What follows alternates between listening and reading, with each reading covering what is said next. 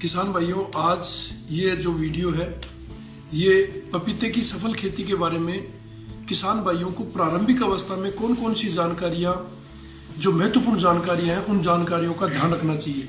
सबसे पहले बीज का चयन। जो आज की तारीख में सफल पूरे हिंदुस्तान में जो वेराइटियां हैं, जैसे रेड लेडी ताइवान 786, और वो भी नूनियो सीड का रिजल्ट अच्छा आया है। नूनियो सीड देखिए, अब ये पैक आपको बाजार में ऐसा खूब मिल जाएगा, लेकिन इसके अंदर भी आपको डुप्लीकेट कंपनियों के पैक भी इसी तरीके से मिलेंगे। और लास्ट में किसान के साथ में जो धोखा होता है, वो धोखा क्या होता है कि सही और ओरिजिनल बीज ना मिलना। क्योंकि ताइवान से बीज एक्सपोर्ट होता है और वहां से लोग मंगवाते हैं इस बीज को, और मंगवा करके जिस कंपनी का ज्यादा ब्रांड बिक रहा है उसी के नाम से पैक कर करके धड़ल्ले से बाजार में बेच देते हैं। अब ताइवान में भी कुछ एक लोग इस वैरायटी को निकाल रहे हैं, बाकी अलग अलग जो प्रकार से बीज आकर के बाजार में बिक रहे हैं।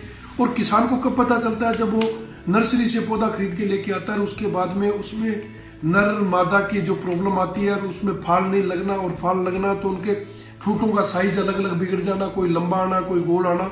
वहां इस सीड का सबसे बड़ा महत्वपूर्ण रोल है, क्योंकि पैसा खर्च करके भी आप अच्छा सीड अगर आपको नहीं मिलेगा तो उत्पादन में बहुत ज्यादा फर्क पड़ेगा। दूसरा, आपने अच्छा सीड ले लिया, लेकिन खासकर दिसंबर लास्ट और जनवरी में जो लगाते हैं, फरवरी वाले पौधे लगाते हैं, क्योंकि टेम्परेचर ठंड के होने की वजह से आप अगर थोड़े बहुत पौधे लगाने हैं तो आपकी विश्वसनीय नर्सरी से आप पौधे ले लें। और अगर ज्यादा आप बागवानी करते हैं तो आपको फिर उसी टेम्परेचर के अंदर उन पौधों का जर्मिनेशन करवाने की व्यवस्था आपके पास में होनी चाहिए।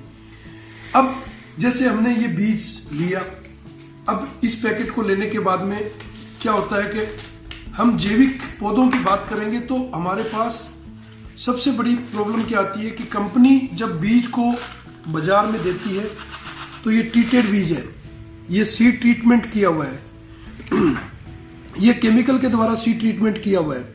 अब अगर हम इसको जैविक इसी रेड लेडी ताइवान पपीते को जैविक विधि से करना चाहते हैं तो सबसे पहले तो इसका ट्रीटमेंट जो ट्रीट किया हुआ है, इस ट्रीट को हमें इसको छुटाना होगा।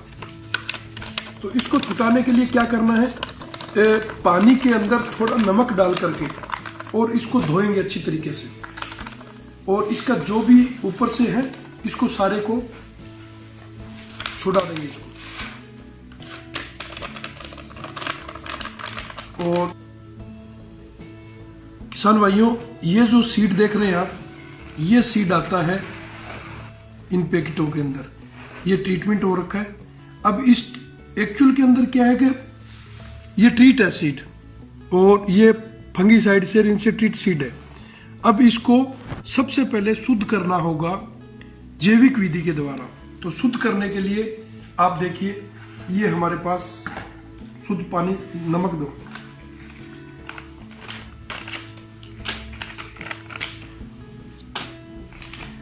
पानी डाल, नमक कम ले रही है, पानी डाल।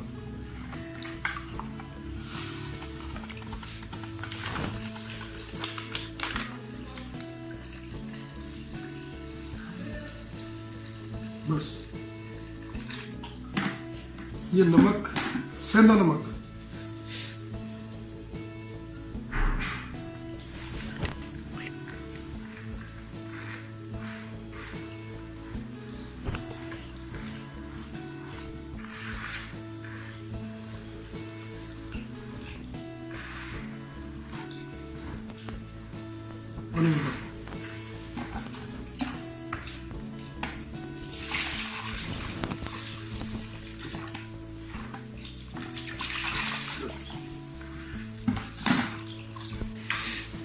उपचारित करने के लिए ये जो ट्राइकोडर्मा विरिडी,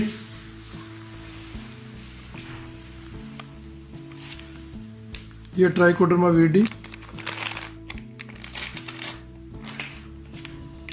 ये सीड ट्रीटमेंट कंसोर्टिया, दोनों जैव कल्चरों का हमने, ये देखिए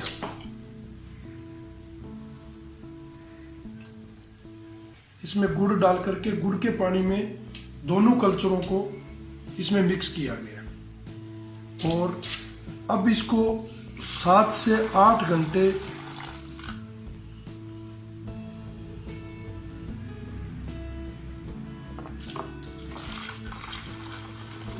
पकड़ी के बंद।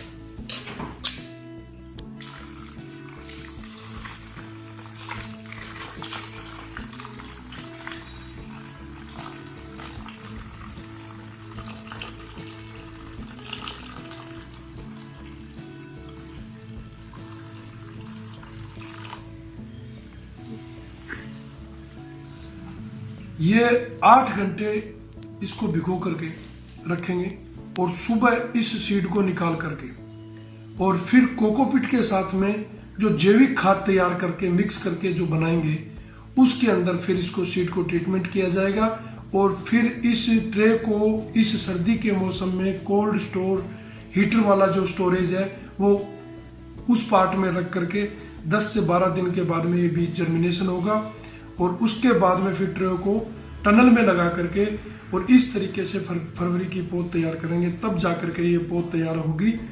और लगभग हम 50,000 पौधे इस फरवरी माह में ओरिजिनल 100% ओरिजिनल पौधे तैयार करके और हम लोग हमारे खेतों में या हमारे साथ जुड़े हुए किसान भाइयों के लिए तैयार करके लगाएंगे।